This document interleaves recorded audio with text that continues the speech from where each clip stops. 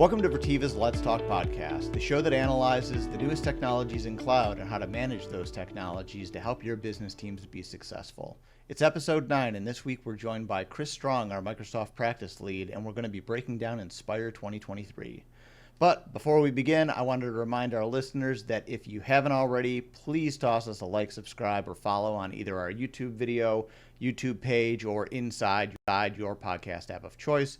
It's very helpful in helping promote the show. So if you can take a moment, that'd be greatly appreciated. We recently hit 100 plus audio podcast downloads, which is pretty great for us, especially since we really just started doing these more regularly in May of this year. We've also seen a lot of positive engagement on our YouTube channel, especially with the recent shorts that we did. I recently just put up a quick 60-second video on the upcoming changes to Azure ID. So if you're interested in learning a little bit more about Entra ID, you can check out our YouTube page for that. And I'm sure, Chris, that we will probably end up doing an actual full podcast on that in the future, because the changes there are, while they're changes in name, they are going to be fairly significant, especially with them getting a little bit more into the service edge area, and there being more products and categories being announced there. So more to come on that stuff. All right. So welcome back to the show, Chris. We gave you a nice month or so off. We actually took about 2 to 3 weeks off since the last episode. Our last episode, actually, for our audio listeners, was a special YouTube-only version where we went back to one of our podcasts that we did back in May. We had a questions and answers section on that on Teams optimizations with John Schultz. And we actually made a special podcast out of that as we kind of prep for Inspire. But yeah, that's been up on the page for a couple of weeks now. What have you been up to since July 4th? Just staying busy, keeping up with all the updates. This is that time of year, like every year, where Microsoft tends to make a lot of new semi-big announcements, and this year was no different. So it's been a lot of research, a lot of preparing for this fall with the wave of AI that's almost certainly going to hit us all, and also just trying to, in between, slot in family time and all the other good stuff, getting a little vacation time in there. I think a few weeks ago we were talking about the candy store. Did you do anything fun for the 4th? We were in Omaha, Nebraska, so had some fun down there with family and saw one of the best fireworks shows I've ever witnessed. So that was pretty awesome. Nice. Yeah, I got a lot of work done around the house. My vacation, I feel like, was all the way back in May this year. Usually we don't take it that early. We go a little bit later in the summer or the fall. But I got a lot of work done around the house. Me and my wife are planting, last year we had basically our backyard raised and leveled and all new soil put in. So we're putting in a garden bed. We've got all new kind of landscaping rocks back there. So lots of digging holes for the past couple of weeks. Outside of that, just kind of catching up on some TV and movies that I've missed. And I had the opportunity to sit down so Diablo 4 is my game of the summer. But I got the opportunity to sit down and play through Final Fantasy 16, which is a much different Final Fantasy game, but it was a lot of fun. I enjoyed it. Oh, that's great. So let's pivot into Inspire news. So yeah, a lot of news came out of Microsoft over the past few weeks. There's been the ongoing drama around their games division and the acquisition of Activision Blizzard, the FTC, the CMA. We've actually seen some interesting kind of stuff leak out from that, even around the Azure brand. And we'll probably, again, talk about that a little bit more over the coming weeks. But for anyone that's interested, there's been quite a lot in the news cycle around just prices in Azure and how they're competing with Amazon and where Microsoft kind of fits in all of those different areas. And then a lot of stuff talking about AI. We talked a little bit about already their rebranding of Azure AD, the Service Edge announcements. But yeah, today we're going to be talking about Inspire. So a lot of stuff to cover. They did go over quite a few different topics. We're going to try and keep this under an hour, maybe closer to a half hour if possible for our listeners. So the hot topics that I think that we're going to talk about today is I want to talk about Bing Chat for Enterprise, which is huge. We're going to talk about Copilot pricing, which finally got announced. And for anyone that was following it this week, it sent their stock soaring. The amount of money in terms of dollars that their stock went up actually would cover 2 acquisitions of Activision Blizzard, which is just crazy because that's a $70 billion acquisition. That is wild. We're going to touch real quickly on new AI capabilities across sales, Teams Phone, Teams Chat, just where we're seeing Copilot kind of plug in there. And then 2 new kind of unexpected things that came out of Inspire were more news around backup solutions, cold storage archive solutions, and some overall improvements in SharePoint advanced management. All right, so let's lead off with the biggest announcement first, and that's the Copilot pricing. For those who are unaware what Copilot is, it's basically Microsoft's AI helper to improve not only in the productivity solutions like Word, PowerPoint, Teams, Outlook, but we're also seeing it it's embedded within Bing Chat for personal use right now and coming to Teams or coming to Bing Chat Enterprise. We're also seeing it in sales. We're seeing it in, we did an episode a couple of weeks ago with Todd Strand on the show, and we talked about some of the plug-in capabilities around the security tools and some of the stuff coming out of Build. So the AI is pretty big, and they're calling everything Copilot. Satya Nadella loves to say that it's not autopilot, it's Copilot, because the human has to be involved. But think about, from the productivity standpoint, that Copilot is going to make your job easier by helping you kind of summarize meetings, create documents by referencing other files that are out there in your tenant that you've worked on or collaborated on.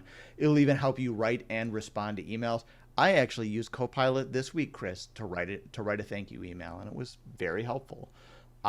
We don't have access to Copilot yet, so I used Bing to help me do it, but it did a pretty good job. It required a couple of tweaks and edits, but I mean, if you're listening to this podcast and you're not already experimenting with some of these different AI capabilities, you should be.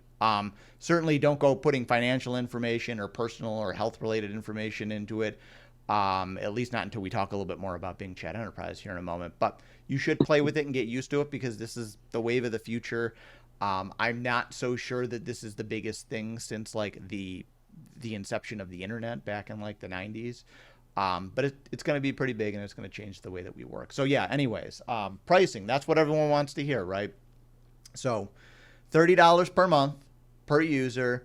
And it is also going to have a license requirement to it. So in order to be able to take advantage of it, it's an add-on license of $30 per user per month. But you also have the prerequisite of needing Microsoft 365 E3, E5, or a business standard or premium license. So, right. Chris, I feel like the general sentiment on how it was priced was a lot of folks expected it to cost $10 per user per month. Maybe they'd come in a little bit more on the low end of it.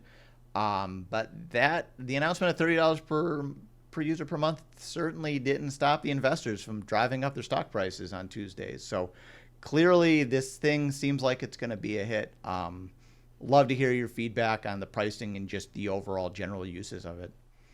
Yeah, I think it's one of those cyclical types of things where the pricing's now out there. We can all sort of take a breath all of a sudden. And personally, my take is I don't think it's actually going to be seen to be all that expensive. I do think ultimately Microsoft will probably, one of the theories I've heard is that they're deliberately pricing it that way to avoid having a deluge of organizations just start adopting it. So it buys them more time to build out the infrastructure and all their data centers to support let's call it what it is. It's a heavy compute oriented set of needs to be able to proffer these ChatGPT, the open AI functions that formulate into Copilot. And so at the end of the day, though, beyond that aspect of it and maybe the slower roll of adoption that Microsoft might be trying to manipulate it a little bit with that pricing, I do think at that price point, there will be this sort of acceptance factor that settles in pretty quickly, at least for those organizations that try to embrace it for what it is capable of, that they see that it has a much more immense amount of value for that $30 a month in the amount of time savings it represents to the types of users that they assign it to, for some of the efficiencies that it creates, for maybe even, I hate to admit it, in some cases where they don't need as many people to do the same amount of work anymore because now there's this Copilot that's going to allow fewer people to do more stuff all at once. And so at that sense, when you start looking at the salary aspects and what it costs to maintain an employee, or even just the types of work that the existing employees are doing, and now if you can have them that much more productive by virtue of the fact that AI is taking away some of that tedium, it starts to kind of look cheap, frankly. So I don't know. It's all going to depend, though, on how companies embrace it and educate those users on how to leverage it effectively And I think that's the bigger hurdle that sometimes gets lost in the mix with this stuff is everyone's enamored with the gee whiz factor, which it's not surprising. It is pretty amazing just in the way that this stuff works and all the reasoning that it can do and that cognitive approach to interacting with the user. But the part that I think is still going to be necessary, just it's the unsexy part, but is all that training and enablement so that users understand how do I interact with this thing and where do I interact with it and how do I gain those efficiencies in interacting with it. That's not going to necessarily be so intuitive, I think, that your average finance person or manufacturing leader, like a site manager or something like that, it's just gonna click, right? It's gonna take time for them to figure that out, and for that cultural adaptation to occur in how they approach it. So, as that occurs, though, and if those companies that embrace it do the right things and do that training and education and that enablement and help them understand how to prompt this thing in a way that's actually going to give them the best types of outputs, I think that 30 is going to sound pretty cheap. Yeah, and I think that an important part of it too is like we're talking about, oh, it's so cool and it's going to be able to help you do all this stuff and it's going to make your job easier and potentially eliminate positions. Is there is going to be, and we heard a little bit about this kind of like pre-Inspire on some of the partner talks we were on, but like Microsoft is aware that there is going to be a permissions creep problem. We're aware, like we in our crash courses we've talked about, hey, Delve is a great tool, and it was one of like the first kind of like Microsoft 365 Office tools out there that you could really play with the graph with.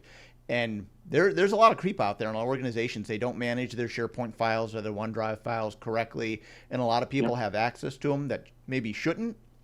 Mm-hmm. And that is going to be a major cleanup, and Microsoft is aware of that, Oh, and yeah. they're in the process of putting together tools and kind of like adoption playbooks on, hey, here's what you need to do to clean that stuff up. And we as an organization are going to be instrumental in helping kind of smaller, more medium-sized organizations kind of get that in order before they adopt. Otherwise, you're going to just, turn the licenses on for people and they're going to be like, why can I see all this stuff? And then you'll have people panicking. So they're aware of that and they're going to be putting out more documentation on that probably within the next couple of months. One other thing that I thought was really interesting was with the price. They were really upfront about the price. Yeah. Which I feel like if we rewind back to Inspire last year when they announced Teams Premium, they were not so much about the price then. Like they were, oh, hey, it's coming out. Eventually, we found out that product cost $10 per user per month when they launched it in January of this year fully. But that actually ended up shifting into kind of like an early adopter pricing of $7 per user per month, which was supposed to expire July 1st. And that did not expire July 1st. So it's actually all the way through the end of this year now as they continue to roll more features out. And I mean, I've talked on a previous show, like Teams Premium is getting a lot better. And that intelligent recap piece of Teams Premium it's gold. It's without a doubt the best feature that it has right now, though I have started playing more with virtual appointments and webinars, just seeing how that stuff's been progressing. And that stuff is generally getting much better than it was. I know one of the other things that's coming out in August, I believe, is the at mentions are actually going to start going into general availability. So if you at someone in a meeting, it'll show up on the timeline of the stream recording. You'll be able to click right to that spot in the meeting. So that's coming along. The point that I'm trying to make is so one of the things that they didn't announce was general availability of the product. They still have not told us when that's coming. It very much sounds like it's going to be sometime in Q4. Yeah. I wonder if we hit January 1st and they see low adoption to it and they decide that maybe it costs $23 a month or something like that, or $20 a month just to get more people in. Or maybe we get a year down the line or 2 years down the line with it, and then we start to see the price drop over time to get more people in. Or maybe we've talked about the E7 license before on the show, is maybe we see a new license that includes all the security features and all the AI features at a higher price point of maybe like $90 per user per month or something like that. We could do a whole podcast on the security stuff that Microsoft's been going through lately as well. But again, I'll save that and not tangent too far off.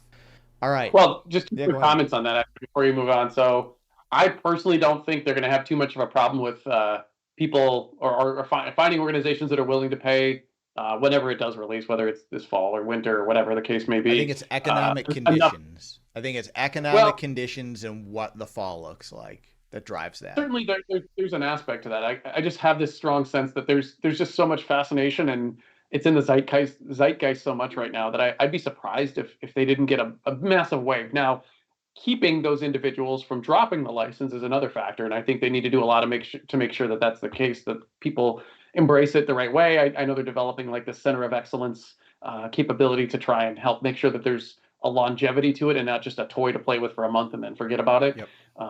But and then the part that I hope a lot of organizations do, whether they use companies like us or themselves or whatever, is to do the prep work now for the data security, the data governance, getting the house in order so that foundationally, when Copilot becomes available, they're in a position to actually use it effectively without all of the potential pitfalls from a data leakage or data mishandling perspective, because that just exacerbates the problem.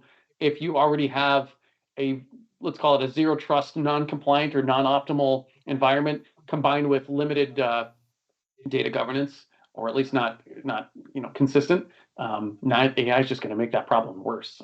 So now is a good time to start really thinking about how you're going to do that. Yep. And be ready for it so that you don't miss the boat. Yep, absolutely. Let's jump into the next one, Bing Chat Enterprise. So back in February, we got our first kind of introduction into the modern work AI tool space when they kind of did their, I don't want to necessarily say that it was like an emergency press conference. They kind of just dropped it on us like 2 or 3 days in advance. We heard about it through the news cycles. And at that's when they talked about Bing Chat and Chat GPT functionality. So this was really aimed at improving web results within Bing, which, traditionally I've been a very heavy Google user for many years, and Bing has not been super great. So they wanted to kind of take the OpenAI partnership and relationship that they had, use that chatbot and some of its generative AI and kind of large language models to be able to apply to web searches to improve those and kind of build up and improve on their algorithm. And here or there, it probably improved a little bit, but I still find myself having to go to Google for some stuff. The kind of the big piece of it was the launch of a chatbot similar to OpenAI's that they launched in November. And the no-brainer really is Bing Chat for Enterprise. So they introduced this to consumers. Microsoft says that consumers weren't feeding the model. That's arguable, but I'm sure that they were not necessarily training it, but they were probably improving on based on what they saw kind of going through Bing on how it interacted with different stuff. But I've used it for a number of months now, and I think that it's pretty good. It got upgraded to ChatGPT 4 recently, so you can play with that, and it is quite a bit better.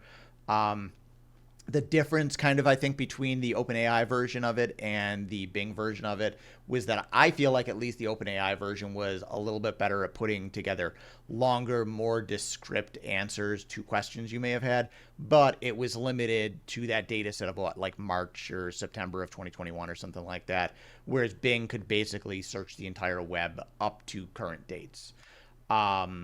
So Bing Chat for Enterprise, again, kind of the no-brainer, and I think a lot of us saw it coming, it's basically the same thing as the consumer version that's out there right now, but some of the differences are now it has the ability to kind of pull in your own organizational data into those searches and compare them to web results, which is pretty neat. And then the second piece is, since this is for enterprise, it has added protection and security to help protect your organization. So things to keep in mind: none of your data is shared when using Bing Chat for Enterprise. None of it feeds the chatbot's language model. And it's actually fairly easy to turn on within the org. In fact, we actually just turned it on yesterday. I turned it on my dev environment, did some research on it, and then I was working with, again, Todd Strand, guest of the show, on getting that actually reviewed and turned on in our own environment. And we've been playing a little bit about it, not probably fully ready to enable it for just about everyone yet, but we are starting to kind of dip our toes into it. And my overall recommendation, and Chris, I don't know how much you've been using the feature to kind of test the reliability of it, but like, this is for organizations, this is where you dip your toe. So if you have an E3 or an E5 license, or you're a business standard or premium customer, you don't have to pay anything extra for this, and you can easily turn it on right now. Microsoft has documentation on how to turn it on, but it's literally you go to a web page and you click an on button, and that's it. You need an admin account, obviously, in your Microsoft 365 tenant, but that's really all you have to do to get going with it. And again, this is a good spot that, hey, if you're on the fence, you don't know if you want to invest in Copilot in three to 6 months, play with this. This has, again, the added protections of if you have an employee that's going to drop financial information into it or sensitive information, is drop it here because it's protected. Don't go out to OpenAI or Bard and drop it there because you don't know what might leak from there. But Chris, what are your thoughts? Like, is it as big of a game changer as I think it is? I think it is, in a sense that it brings that OpenAI GPT-4 model to any user sort of on demand, without the implications that up until now it had, which was a lot of these users were using that anyway, but they were going to the consumer Bing and using it there, where we have no governance control as a company over what they enter. And that's not to say that they would necessarily do anything deliberate, but even accidentally, there's nothing stopping for a user from just putting in a bunch of queries around, hey, well, our company's data about this X, Y, or Z, or putting out non-public information in there and then asking AI about it. So at least by bringing Bing Chat for Enterprise into the mix, we're getting in front of that and saying, well, we know users are going to use this one way or the other. Let's at least direct them to use it in a legitimate way, and sufficiently in a way that we have some governance control over the sequence, or the data that they put in there, safer in the knowledge that Microsoft has made those guarantees that it's not going to be used to feed the model. It's not going to be even seen by Microsoft. It's all encrypted data in transit and at rest when it arrives in the chat service. So it's just a safer scenario. But I do think it was a necessary thing that Microsoft had to do, because users are going to use this Bing chat service one way or the other. At least now the companies have the ability to put some controls around it, more or less. Yep. So Oh, and yeah. one thing that we skipped over too is one of the new features that came out yesterday, and I believe this is for Bing Chat Enterprise and for just standard Bing Chat, is image identification. So I saw an article from Tom Warren at The Verge. He does a lot of the insider Microsoft coverage around their games division, around their consumer products division. Is you can basically take a picture of yourself, showing yourself like a peace sign, and say what hand symbol is up in this photo, and it will be able to actually identify that you're showing either two fingers or a peace sign, which is really cool because you think about the implications of that. Like, you take a photo on vacation, but you don't necessarily remember where it was. You take that photo, you load it in, and then it says, oh, well, you're standing in Italy on this street, because it recognizes the different landmarks and it compares it against the graph data and compares it against like the Bing Maps data and that stuff. So that stuff is something that'll probably grow over time and get better and better. But yeah, that was another neat feature. Like, we've talked a little bit about the DALL-E 2 stuff that they've put into it. It's okay. I've made a couple of photos with it and they've turned out, hot I dog, don't hot know. dog, hot I had dog fingers and weird like transformery looking stuff. But hopefully that I had stuff some gets good better. I success with think it. that Midjourney does a much better job of. I think it's Midjourney does like the images and stuff like that. They do a much better job on that. But again, you might have to sign up for $5 per user per month for some of that stuff. But Yeah, I don't know. It's a little bit anecdotal depending on who you talk to. I've had some pretty good success with it, but the scenarios I was trying to proffer with it might be much different than what you were looking for, and the quality that it produces sometimes, I'll admit, yeah, it has some flaws. But that goes back to the idea that by virtue of how that AI model works, the more it gets fed data, the better it gets over time. So there's no reason to believe it's not going to improve as the months and years go by. Except that's the key: is we don't want our company data to be the thing that helps it improve. yep. We want to protect that and isolate that so it's not saved somewhere on a server where we've lost control over it, or that AI model doesn't now start producing results for others outside of our organization based on data that we fed it about ourselves that we don't want it to have at the ready to leverage in that capacity. And so Bing Chat for Enterprise negates some of those challenges. Yeah. Chris, I'm gonna try and look through my my screenshots folder and see if I can find one of the images that I had to create. I'm pretty sure that it was like Master Chief riding a unicorn to the moon or something like that, and it Nice. looked like something. All right. So, two topics left. Really, I just wanted to do a real quick acknowledgement of Copilot for Sales, Teams Chat, and Phone, and how they're integrating that stuff. I personally haven't had a whole lot of time to dig up on that stuff. So, Chris, I'll turn it over to you to just kind of talk about what you've seen and where you think the value is in that stuff. Yeah, more or less, from what everything that they've said so far. It seems to be essentially that same Copilot engine, that OpenAI service, but more geared for role-based scenarios. And so the way I've tried to sort of rationalize it is the first one they've announced, obviously the other day, was Sales Copilot, and so it's more purposefully designed to integrate with the most common tools that a somebody in a sales role would leverage, and be able to then interact with the data associated with those third-party tools, or maybe Microsoft tools in certain cases, such that the AI can generatively look at that data coming from that other source, and then produce results accordingly for that user, whether it's automation sequences or insights or other common tasks that they might use. So in the sales capacity, that's a CRM platform, right? So Mm-hmm. Sales Copilot essentially is out of the box designed to integrate with Dynamics 365 or Salesforce.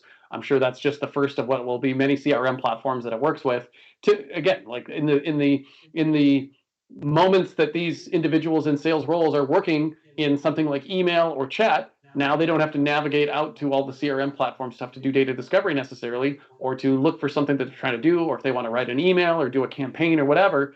That Copilot will automate that by being able to leverage the data coming out of those things. And it's not, I don't think, too difficult to assume that where they're going with this is eventually there'll be an HR Copilot that integrates with the HR platforms out there. There will be a manufacturing role-based Copilot that integrates with things like SAP or other database systems. I mean, I'm sure it'll just kind of continue to progress into different types of role. Healthcare, I'm sure. Yep.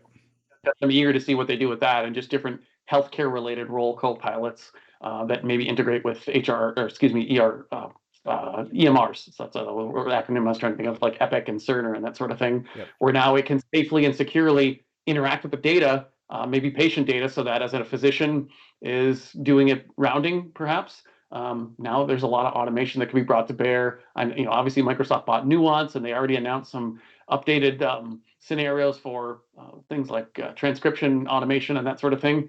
Well, it's not hard to do the math and assume that the Copilot functionality is also going to find itself into that, to be able to just bring, again, in the same way that Copilot's being promoted to create efficiencies, it's just in a more role-based capacity at that point. Yeah. And the chat piece, I think that we've seen already a little bit with Teams Premium. This is kind of like the divide is like Teams Premium is going to do X, Y, Z, but then Copilot in Teams is going to do A, B, C.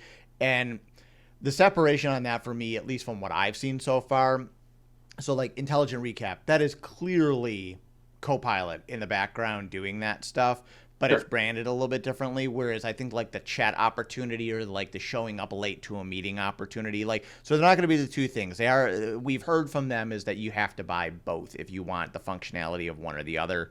But like the Copilot piece for like a Teams chat was like you join a meeting late and you say, hey, let me know what's been going on in this meeting, and it catches you up.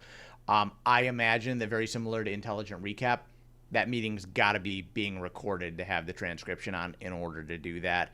And that's going to, that, I think that that's the most painful part of intelligent recap right now, is you're going to get some people that just come into a meeting and they're not going to be authentic because that meeting's being recorded. So I think that we need to, not we, but Microsoft is going to need to find a way to get Copilot to be able to interact with that meeting without it necessarily being recorded. And I think that we could probably get there, or they can get there. The phone piece of it, did you really have a chance to dig in too deeply on that? Like, I know that they're adding it to Teams Phone and it's going to have some capabilities. My assumption is that it is probably around like kind of like that like automated attendant piece. A little bit. I think it's going to replicate a lot of the same types of things we're seeing right now with Teams Premium's recap function, where it'll summarize the call that you just had, except on a more one-to-one basis for that phone conversation you just had, so that you have a transcription of that call. You have the ability to recall various aspects of the call. Inevitably, it'll capture sentiments and all those kinds of things. I have no doubt, and just bring all of that same type of functionality that currently exists for meetings into the VoIP, sort of layer, let's call it. Interesting. Yeah, there's some value to be added there. There are some systems out there like we've worked closely before with like companies like Nice that have done some of that stuff on the back end, and I know it's a dime a dozen to all the companies that are doing like kind of like the voice over IP, like recording and workforce management stuff. They're getting more and more into that, and with AI and generative AI, that stuff's only going to improve not only on the Microsoft side but on all the sides. Yeah, it wouldn't surprise me if some of that Copilot Teams phone stuff ends up being part of the wrapper that is Sales Copilot, right? Because Yep. salespeople spend time on the phone, and now if it can summarize calls, help you recall, or maybe even populate your CRM automatically for you based on the conversation that came about, and record the sentiments, record any sort of milestone items that came out of the call, such as dates for something or a price point or whatever types of attributes are meaningful. It's logical that they would extend it out that way.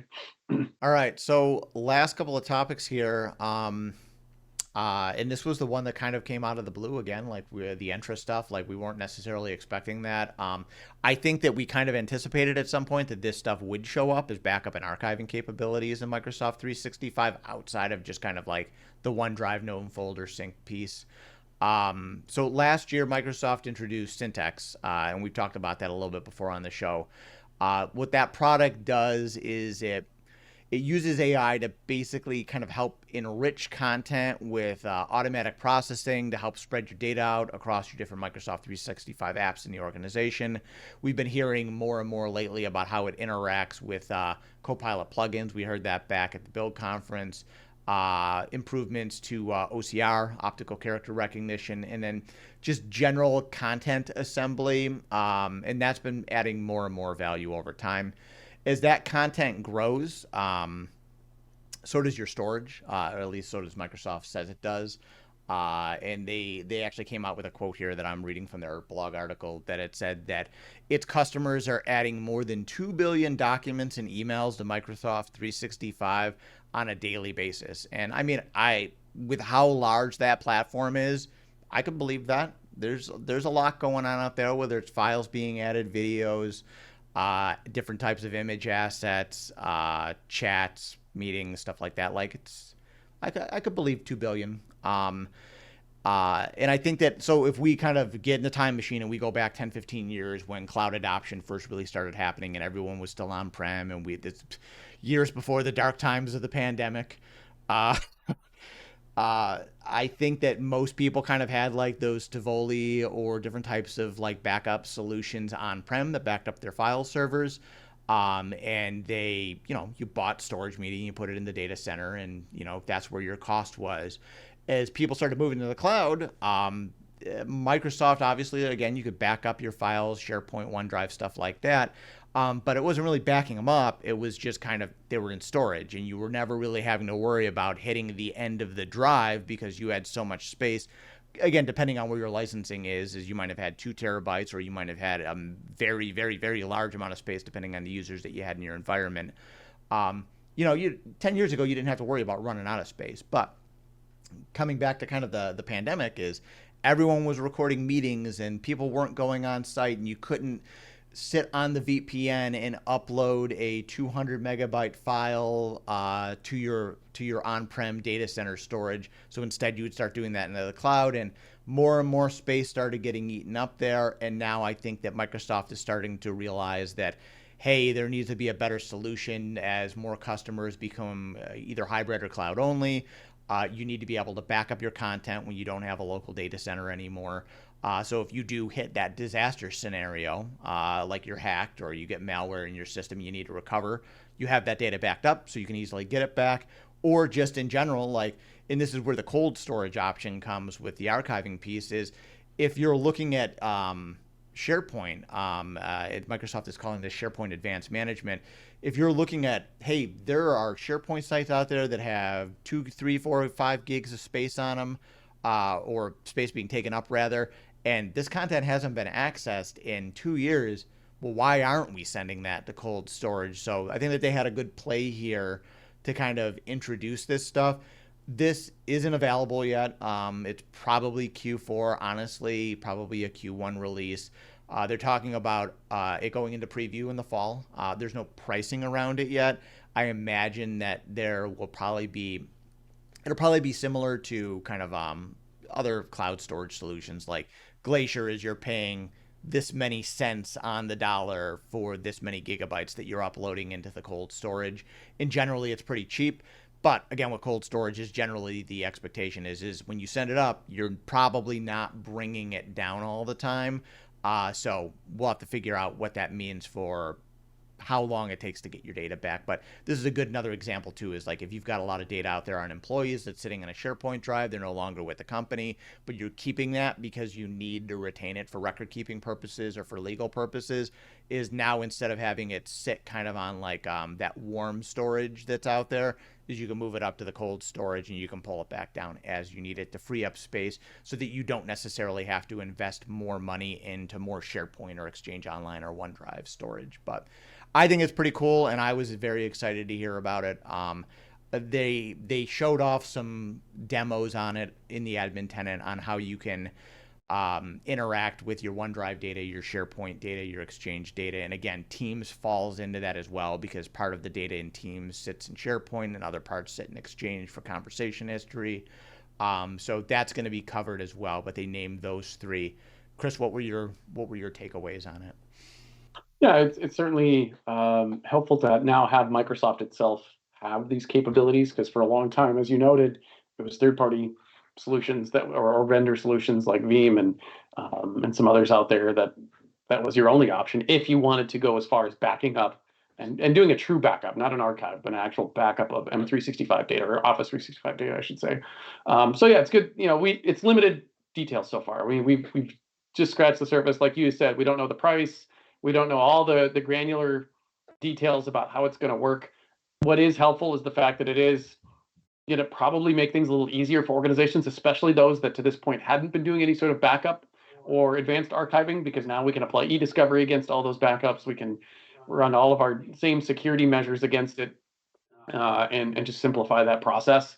I think there's some longer term benefits that they already have said. For example, with the SharePoint side of it, it's site restore only. It's not file level restore. That'll come at a later time. Mm-hmm. That would be a much more, let's call it higher quality type of scenario that would make an organization probably want it that much more when there's file level restore, or that's the more frequent types of restoration sequences that they're likely to need. It does sound like it's going to go in that direction from a couple of the videos that I watched preparing for this. Is they are allowing you to target by groups of users or just the entire tenant.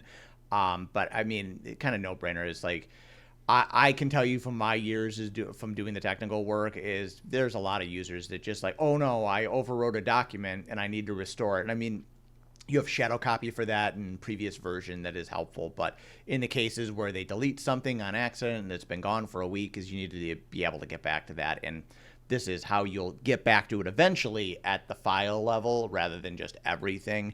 But more information on that will come. Sorry, didn't mean to interrupt you.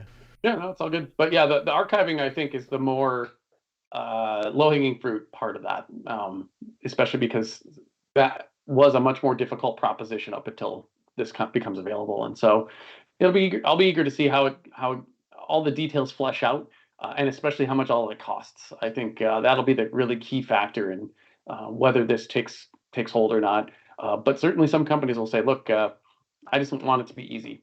And however I can make it easiest, well, Microsoft's probably going to have one of the better propositions in that regard. And it's not as if they're completely neglecting the existing vendors that have, to this point, done some of those things. It sounds like they are intending to collaborate and work with them so that, keep in mind, too, that the backup and the archiving only works with, like you noted, SharePoint, OneDrive, and Exchange. So that's usually not the only cloud data sources that people need to back up inside of companies. And so it's kind of this plug and play, hopefully, where Microsoft's own solution can work hand in hand with something like Veeam or any of these other vendors to make sure that overall the entire landscape of your data estate is getting properly backed up and archived. All right. Well, I promised that we try to keep it between like 30 and 60 minutes, and I feel like we're right in that sweet spot right now. Chris, anything else specifically from Inspire or recent news that has come out over the last couple of weeks around either security or modern work that you wanted to talk about with our listeners? It sounds like Security Copilot may be on its way to a Q1 or 2 release cycle, so that was good to know. We still don't know what the cost of that's going to be, at least that I've seen. We know now that it'll be an add-on license. Oh yeah, no question about that. But No, that was some of the bigger stuff. There's other announcements that came out around Dynamics and various Viva updates, some of the Windows 365 frontline stuff that we just don't have time to get into, but very busy announcement sequence.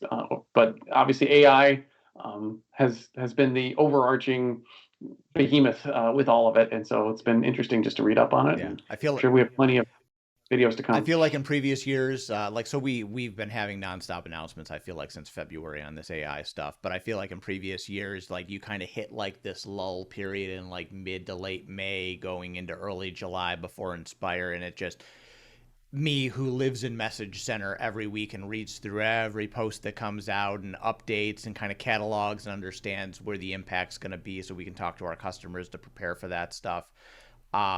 It slowed way down for about 2.5 weeks there in June, and I was like, oh wow, there's going to be a lot of stuff coming at Inspire. But yeah, so this is the period where we're going to hear about these updates and how they start coming out as we start to kind of get past the summer and start looking more at Ignite, which will be coming up in October, November.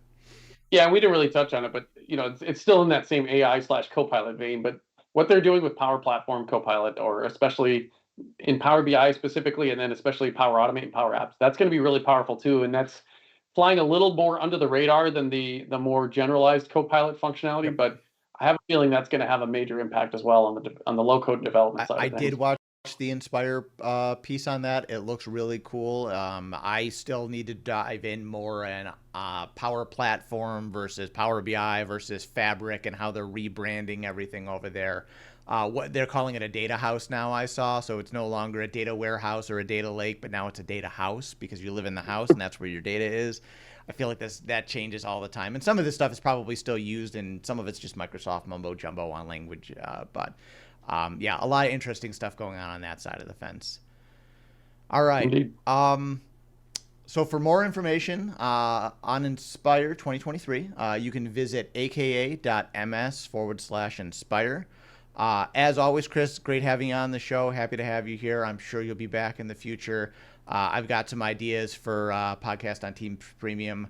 I want to dig in on some additional stuff around the announcements, especially not even necessarily the announcements. I'd love to dig in a little bit more on some of the Outlook outages and the security stuff that's been happening with Microsoft. That'll probably be less product focused and more just kind of like, here's what you should know, here's what's been going on, here's how Microsoft's been reacting. I mean, when you're the biggest player in the space or one of the biggest players in the space, of course, you're going to have outages and it's going to become more, it's going to get more significant attention than if you were a smaller player in the space. So it just goes to show you that even the biggest folks have problems with some of that stuff. So sit tight on that stuff. Also, I wanted to make sure that I plugged here at the end. We have a AMA or an Ask Me Anything planned podcast coming up at the end of August. So there is a Microsoft Forums link that I will put into the show notes. We're looking for our listeners and watchers to basically just submit a question so that we can learn a little bit more about kind of your questions to us on business operations, Microsoft products, where we kind of see the future of AI. We're going to have our management team sitting in on that and kind of do a roundtable discussion. So we've got a handful of responses already. But we'd love to take some more. We're going to do our best to make sure that we don't identify anyone by first and last name. So if you want to put a fake name in, feel absolutely free. But we'd love to hear your questions and answer them in August. As always, if you have any additional questions or you need any help with implementing or managing any of the Microsoft 365 solutions or features that we talked about here today or others, you can contact Virteva. We are a leading IT managed service provider and can help you with all of your IT needs. You can email us at letstalk@virteva.com, or you can visit our website at www.virteva.com. If you want even more Microsoft news, you can sign up for our Microsoft 365 newsletter by visiting our website. I actually write that newsletter, and that should make you feel like you want to read it because I spend a lot of time on it. But that newsletter recaps a handful of topics a month and keeps you in the loop about recent news, some of which we talk about on the podcast, some of which we don't. But it's a good kind of quick thing that you can generally read in like 2 to 3 minutes on like a Monday or a Tuesday morning. Once again, I wanted to thank Chris, you for being here, and to our watchers and listeners for tuning into this episode of the Virteva Let's Talk podcast. And again, if you made it this far, please don't forget to hit those like and subscribe buttons, and have a great rest of your day. Take it easy. Bye.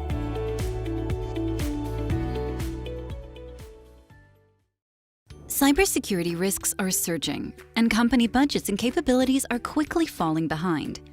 IT leaders face the daily challenge of protecting company data while not disrupting employees. Most have tackled the basics, but they lack the guidance and know-how needed to keep up with the speed of threats. At Virteva, we work with you to align Microsoft's security tools with Zero Trust best practices, assessing, designing, implementing, and managing them for you based on your goals. With Virteva, you can fully leverage Microsoft's best-in-class suite of tools and help your business thrive. Receive world-class security experience and accelerate your cybersecurity capabilities with Virteva. Learn more at virteva.com.